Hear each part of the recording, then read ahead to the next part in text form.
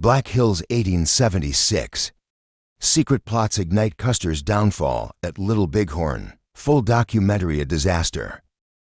A slaughter. George Crook's failed winter campaign didn't crush the Lakota. It united them by June 1876. 7,000 native warriors waited as Custer, desperate for political fame, split his forces. His last words: "Hurrah, boys, we've got them." Subscribe to Native legends and history stories. But first, what did Custer's own men whisper? As the arrows rained down in 1876, heavy snow and strong winds hit the grasslands, stinging the faces of soldiers as they huddled around their campfires, which struggled to stay lit in the storm. Colonel John Gibbon bends over a worn diary, his breath visible as he growls to a lieutenant.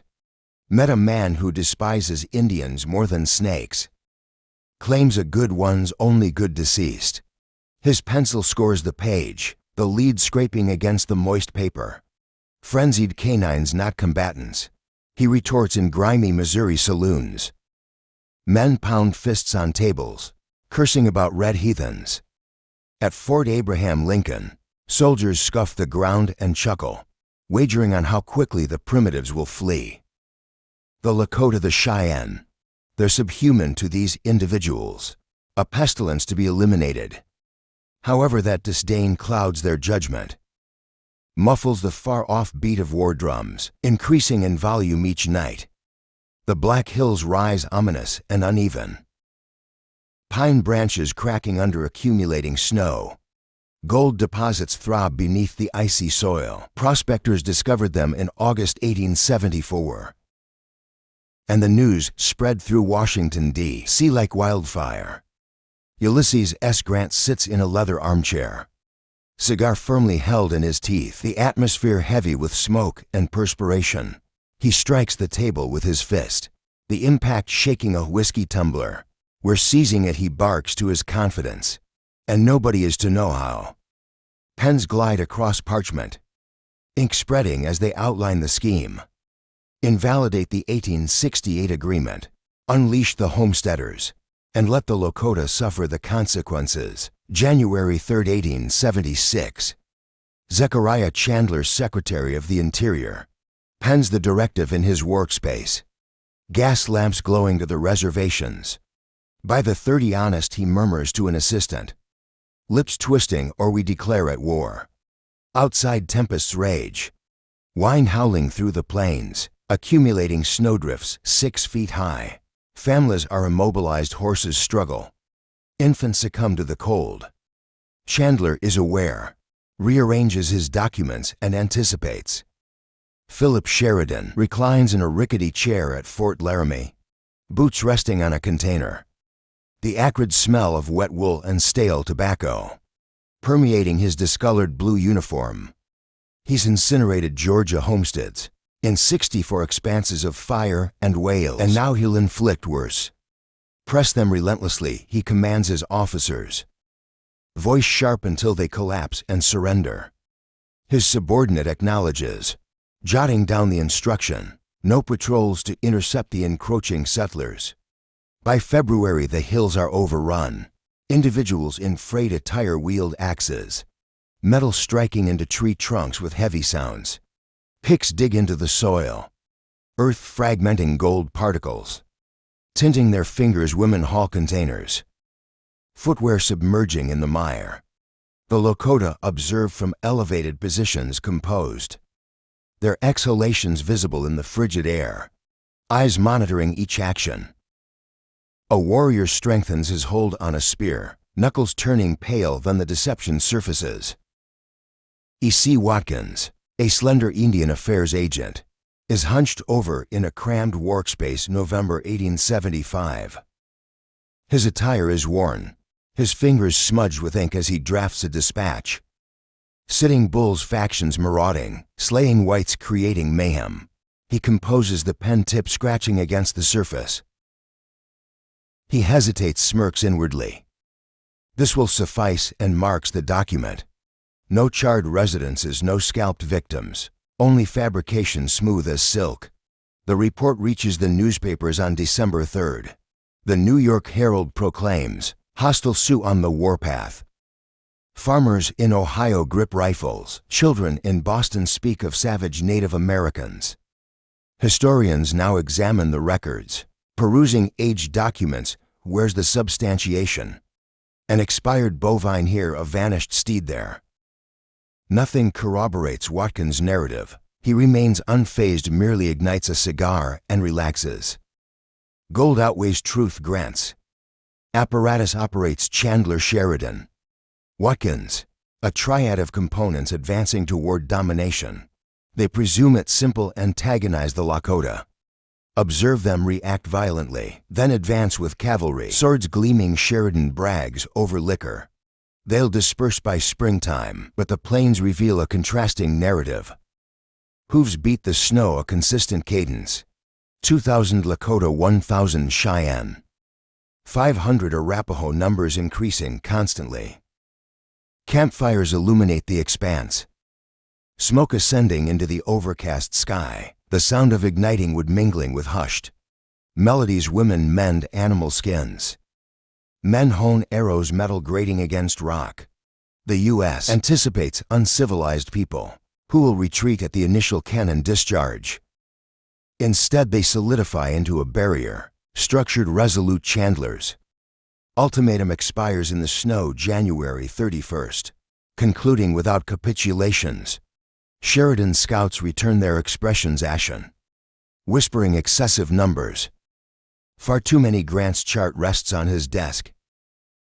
Borders bending, marked with tobacco stains. He outlines the hills with a digit. Initially grinning, now his expression hardens. The scheme is failing. Agitation doesn't fracture the tribes. It consolidates them. Prejudice impairs the army. Labeling them savages isn't merely animosity. It's a disastrous error in judgment. They fail to perceive the tactics within those encampments, the composure in those gazes. This isn't a minor undertaking any longer. It's a lit fuse emitting sparks. Custer spurs chime as he prepares to ride, unmindful. Prepared to detonate the situation. At Fort Ellis in Montana, John Gibbon paces the wooden veranda, his footwear thudding on the timbers until they protest. He's the commanding officer here, a slender individual with a beard showing signs of age. And he's agitated, composing correspondence for the Army and Navy Journal, between training exercises, pen scraping late into March 1876. He peers at the mountains, murmuring to his subordinate, "This territory belongs to them. Why are we sacrificing for it?" He's not lenient, his grasp on a firearm is unyielding. But he recognizes the corruption. Homesteaders partitioning hallowed land. Directives from Washington reeking of duplicity.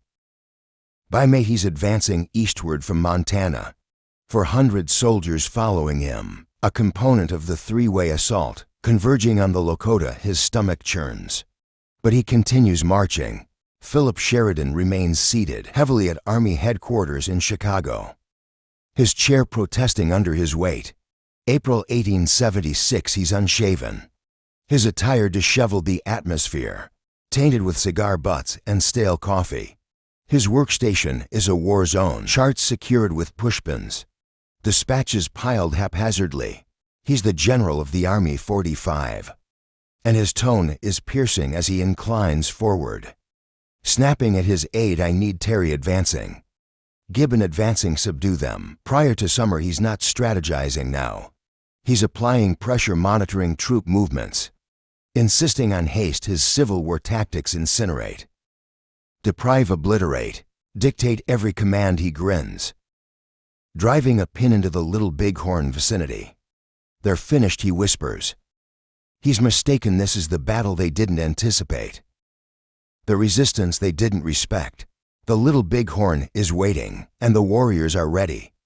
Subscribe to Native Legends and History Stories. The storm is just beginning. George Crook struggles through Wyoming mire.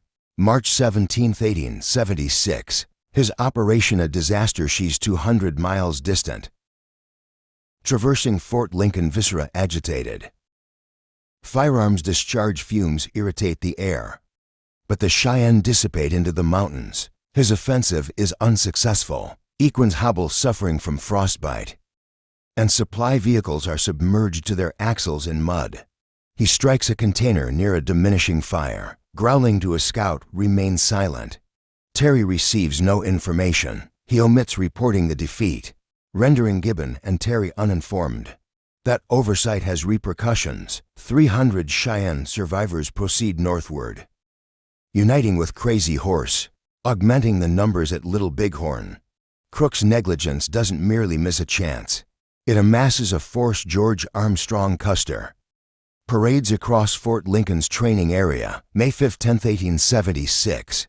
Spurs clinking, golden hair flowing in the Dakota breeze. He's 36, the 7th Cavalry's acclaimed figure and impatient.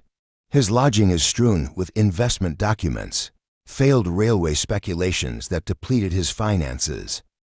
He strides, striking a message against his leg, grinning at Libby, a single major victory. And I'll be New York's next sovereign. The election is approaching November 8th, and he envisions a Senate position, perhaps greater if he can impress the media. He trains his 600 soldiers, swords glistening, commanding. Will penetrate them effortlessly. His pencil scores the page, the lead scraping against the moist paper. Frenzied canines, not combatants. He retorts, his gaze sparkles, oblivious to the actual numbers. Sitting Bull prostrates himself in a parched ravine near the Rosebud, June 5, 1876. Sediment coating his plaits. He's 45, hunk Papa Lakota, robust, lacerations marking his arms from the sun dance ritual. A blade glints, 100 incisions, blood flowing down his forearms, accumulating on the ground as to O. Observe, holding their breath. Drums pulse profound and consistent. Membranes stretch beneath forceful strikes. He falters, perception clouding, troopers collapsing, equins wailing. Then rises, voice strained. Walk and Tonka has delivered our adversaries to us. Acclamations burst forth, a resounding wave. His settlement extends 3 miles. Alongside the Little Bighorn, 1,500 dwellings. Smoke ascending thickly, horses neighing in enclosures. He traverses it unhurried, purposeful, conferring with Cheyenne representatives, delineating combat strategies with a twig. We assault collectively, he instructs a messenger. Gaze resolute, he's not a visionary. He enumerates warriors to 1,500 in total. Monitors army dust plumes. Consolidates Lakota, Cheyenne, Arapaho into a unified weapon. His dwelling serves as a command center. Voices hushed, strategies precise. Crazy Horse patrols the settlement's perimeter. Reins relaxed, his painted pony stirring up dust. In his mid-30s, Ogla Lakota. He's lean, sharp, featured, a worn garment draped loosely over his physique. June 17th, he's at Rosebud Creek. 700 combatants accompanying him. Attacking Crook's formation. Hooves vibrate, the earth, projectiles whiz. His battle cry pierces the atmosphere. Hockey Crook's soldiers disperse. Firearms abandoned in the undergrowth. He maneuvers his steed composed, guiding riders with an uplifted hand.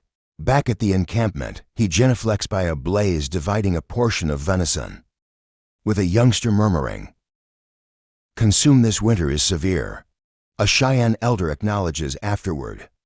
Aggressive like a predator, gentle like a sibling, his assessment is somber. 800 warriors under his authority, bows prepared, spears honed.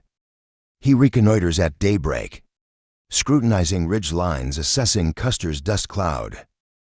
They approach unwarily. He communicates to a subordinate voice, subdued. He's prepared, swift, silent, deadly. These figures don't merely converge. They collide forcefully. Gibbon is delayed. Sheridan is unyielding. Crook is careless. Custer is imprudent. Sitting Bull and Crazy Horse remain steadfast. They establish their defense. The army anticipates disorder, anticipating tribes to disintegrate. Conversely, they encounter a bludgeon-fashion-directed descending. The fuse sputters more intensely, thus billows above the Little Bighorn terrain. In June 1876, generated by numerous hooves impacting the arid soil, the U.S. Army devises a scheme to constrict the Lakota and Cheyenne, a three-way pincer intended to subjugate them completely. General Alfred Terry departs from Fort Lincoln on May 17th, leading 600 soldiers westward over the Dakota Territory. His conveyances trundle axles, groaning beneath loads of ammunition and preserved meat, while turbid water splashes in flasks. He disseminates a chart in his quarters, illumination flickering, and stabs a digit at the Yellowstone River. Snarling to his assistant, "Gibbon joins us here, we encircle them." John Gibbon is already progressing, guiding 400 troops eastward from Fort Ellis in Montana. Footwear abrading against stony crevices. Along the Yellowstone's periphery, the river surges vigorously, overpowering the clinking of blades against canteens. George Crook is assigned to advance northward from Wyoming with 800 personnel, still recovering from his March blunder. The tactic depends on all three uniting concurrently. Terry from the east, Gibbon from the west, Crook from the south, compelling the tribes into an inescapable predicament. The landscape resists, however, a region of precipitous inclines, dense vegetation and waterways, incising profound channels through the grasslands. It's challenging territory, concealing sound and visibility. Intercommunication disintegrates rapidly. Terry's reconnaissance units venture forth, leather chafing, but their dispatches fail to arrive at Gibbon's. Messengers disappear in the vastness, consumed by gales and expanse. Gibbon's forces advance laboriously, attire saturated with perspiration and grime, lacking any indication of Crook's whereabouts. Crook is recuperating from June 17th, when 700 warriors under Crazy Horse overwhelmed his formation at Rosebud Creek. Firearms discharged, Equins shrieked, and his troopers retreated, abandoning 10 deceased on the ground. He crouches beside a chilled fire that night, whispering to his adjutant, "Terry doesn't require this knowledge. Maintain confidentiality, no dispatch. No emissary, merely quiet." Terry rubs his facial hair in exasperation, snapping to his officers, "Crook's vanished. Where's his unit?" The division extends beyond mere organization. Terry, a Yale-trained attorney turned military leader, loathes Crook's Wild West bravado. Crook, marked by Apache conflicts, views Terry as a headquarters-bound bureaucrat. Correspondence from 75 reveals it. Terry previously described Crook as imprudent. Crook retorted by designating Terry cowardly. Presently they're not communicating, not collaborating, stranding 18 soldiers divided and disoriented. Crook's Rosebud failure remains concealed. Thus Terry and Gibbon proceed, approximating 800 adversaries, when the genuine number is threefold that George Armstrong Custer separates from Terry's unit on June 22nd, spurs shimmering as he boards his chestnut steed. He's leading 600 members of the 7th Cavalry, and time is pressing. The November 8th election approaches. His finances are devastated by unsuccessful railway ventures, and he requires a triumph to elevate his status. He trims his fair locks in his shelter, blades rasping as strands descend to the earth. Then dons a pale deerskin coat, tassels oscillating as he exits. It's an ensemble daring and flamboyant, yearning for a depiction in Harper's Weekly. Terry arrives with Gatling weaponry, mechanized destruction, 600 projectiles per minute, presenting them at the fort's perimeter. Custer scoffs, striking a container, and retorts, "Those contraptions, they'll impede me. I travel swiftly." He's relying on velocity, not artillery fixated on a rapid conquest. Scouts arrive that evening, expressions grave detailing dust clouds, thousands in motion, not merely hundreds. Custer supports himself against a structure, grinning at Major Reno, "They'll scatter upon sighting us. Primitives don't resist no disputes. Collaborate," he commands. Scrutinizing each individual, he exercises his troops rigorously. June 23rd, who's impacting the training area, shouting, "We'll dissect them by midday." His arrogance is overwhelming. Admonitions are ignored, the fissures expand. Terry's staff quarrel in his quarters. Captain, "We're ambles snapping, Gibbons behind schedule." Crook's absent, "What's the strategy?" Terry strikes the surface with his hand, glassware vibrating, but he lacks a solution. Gibbons' unit is delayed at the Yellowstone, June 21st, anticipating Terry's non-existent signal. His subordinate complains, "We're exposed targets here." Crook is 100 miles southward, tending to casualties, his quietude a burden hindering the entire operation. The Army's estimations are inaccurate. June 24th, the Little Bighorn landscape swarms with 3,500 combatants, dwellings spanning 3 miles. Smoke dense like precipitation. Terry's intelligence, uncorrected by Crook's account, estimates it at 100. The topography is perilous. Cliffs ascend to 100 feet, canyons meander tightly. Greasewood obstructs movement. The tribes possess intimate knowledge of it. They maneuver along elevated areas, disappearing into depressions. The 7th's numbers are depleted. 200 of Custer's troops are novices, agricultural laborers from Ohio and Pennsylvania.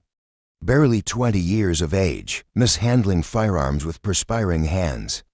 A private releases his cleaning tool in the vegetation, murmuring curses, while a sergeant commands him back into formation. They fired at inanimate objects. Not humans, the mechanism is deteriorating swiftly. Terry is tardy, given digresses. Crook broods, Custer advances hastily. June 24th, detaching, without any connection. His pale attire a beacon against the somber terrain. The Army is anticipating a vulnerable adversary. A prompt conclusion, the valley reverberates. Instead, battle cries echo off stone. Hoof beats agitate the ground. The mechanism doesn't function. It collapses. Snow blankets the Wyoming Territory. December 1875, wind howls through barren branches. General Crook's frigid offensive commences.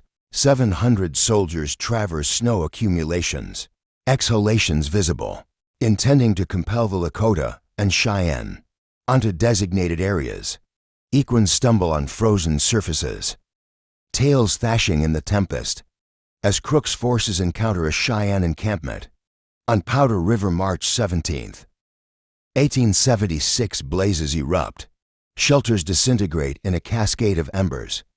Females escort children through the obscurity, but the Cheyenne remain resilient. They journey northward, footwear deteriorating, converging with Crazy Horse. By April, his contention expands. 700 warriors currently, blades shimmering and the fires glow. Sitting Bull's settlement enlarges as well. June approaches. 15 structures arrayed along the Little Bighorn. Coverings taut, 3,500 fighters consuming dried meat. Lubricating archery equipment. Crook rests against his saddle following Powder River, expectorating into the breeze. The chill will eliminate them. Incorrect, his incursion proves counterproductive. Tribes don't diminish, they accumulate. A barrier the Army fails to perceive. Back at Fort Lincoln, May 1876, cigar fumes twist in the officers' quarters.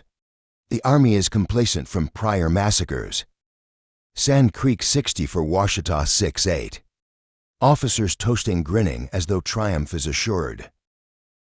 A major slams a record book closed, commanding his subordinates uncivilized. The entire group will subdue them effortlessly. It's doctrine here, documented in dispatches from Sheridan's office. Tribes are incapable of combat, incapable of reasoning, incapable of endurance.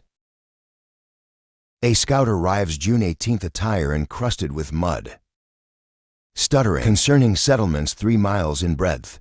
The major sneers falsehoods. They're famished there, and displaces a seat with his foot. That arrogance disregards the crucial details. Terry's ammunition containers remain partially unfilled. Gibbon's equins hobble from insufficient sustenance. They've dominated previously, therefore they economize presently. Unmindful of the battle, cries intensifying on the breeze. Custer's shelter flaps at Fort Lincoln June 12th, documents dispersing investment remnants. That's $8,000 in arrears from railway failures. Election Day is November 8th, 5 months distant, and he's yearning for a platform. New York's prominent figures applauding his identity. He ambles, footwear scraping the ground, murmuring to Libby a single route, and I'm triumphant. Returning by October, his tone resonates eager. Envisioning news headlines, Custer vanquishes Sioux. Success is his salvation. Capital from backers, ballots from nationalists. He propels his troops outward. June 26th, mounts creaking. Shouting advance, renown awaits. Terry's intrigue, coordinate with Gibbon, affects him minimally. He's pursuing distinction, not directives. His haste is a weapon. Taking shortcuts to inflict damage, his decisions deteriorate rapidly. He dismissed Gatling guns previously. Now June 25th, he intensifies his error, dividing his 600 into smaller units. Reno's 140 detach southward, Bentine's 120 maneuver southwest. He retains 210 controlling the reins. Deerskin prominent reconnaissance is minimal. June 24th, riders mention thousands. Dwellings saturating the valley. He observes from an elevation. June 25th, muttering insignificant. I'll handle them personally. And advances lacking a chart. Lacking hesitation, his rationale is a risk. Attack swiftly, triumph significantly. Disregard the probabilities. Inexperienced soldiers follow him. Adolescence 1819. Footwear entangling in vegetation. Murmuring imprecations as ammunition eludes their unstable grasp. He's relying on his reputation, not their courage. It accumulates negatively. Terry's wagons are bogged down 20 miles eastward. June 25th, axles protesting. No messenger from Custer, no opportunity to converge. Gibbons for 100 trudge 30 miles westward. Footwear absorbing mud, oblivious to the fragmentation. Crook is 100 miles southward, recuperating from rosebud injuries. Maintaining silence, the valley is formidable. Escarpments ascend to 100 feet. The waterway curves abruptly. Dust irritates vision. Sitting Bull remains by his fire. June 25th, limb extended. Tone resembling granite. They've arrived. Eliminate them. Crazy horse leaps up. Weapon shimmering. 800 riders dispersing. Hooves silent on compressed terrain. Custer's 210 surmount. The prominence. Reno is hemorrhaging southward. Bentine is unmoored. The army's complacent acceleration disintegrate. Sitting Bull's multitude. Crazy horses resolve. The landscape itself transform. Custer's advance into devastation. Hooves beat softly on the Dakota prairie. June 22, 1876, as the 7th Cavalry departs from Fort Lincoln. Elizabeth Libby Custer remains at the entrance. Breeze disturbing her raven tresses. Limbs encircling her spouse's neck. Tears moisten her cheeks, permeating his deerskin collar as she embraces firmly. Her respiration interrupted by weeping. George Armstrong Custer disengages. Boards his steed and departs. 600 troops accompanying, sediment swirling. Libby persists stationary, a solitary form diminishing against the grasslands. Head lowered, shoulders trembling. John Berkman, Custer's assistant, observes her becoming indistinct, murmuring to a fellow soldier. She's lamenting as though he's not returning. The heavens alter, clouds contort, capturing the procession's silhouette, an uncanny reflection above. Spouses of officers remain near the enclosure, hands manipulating wraps, gaze shifting toward the expanse. A lieutenant's wife whispers to a companion.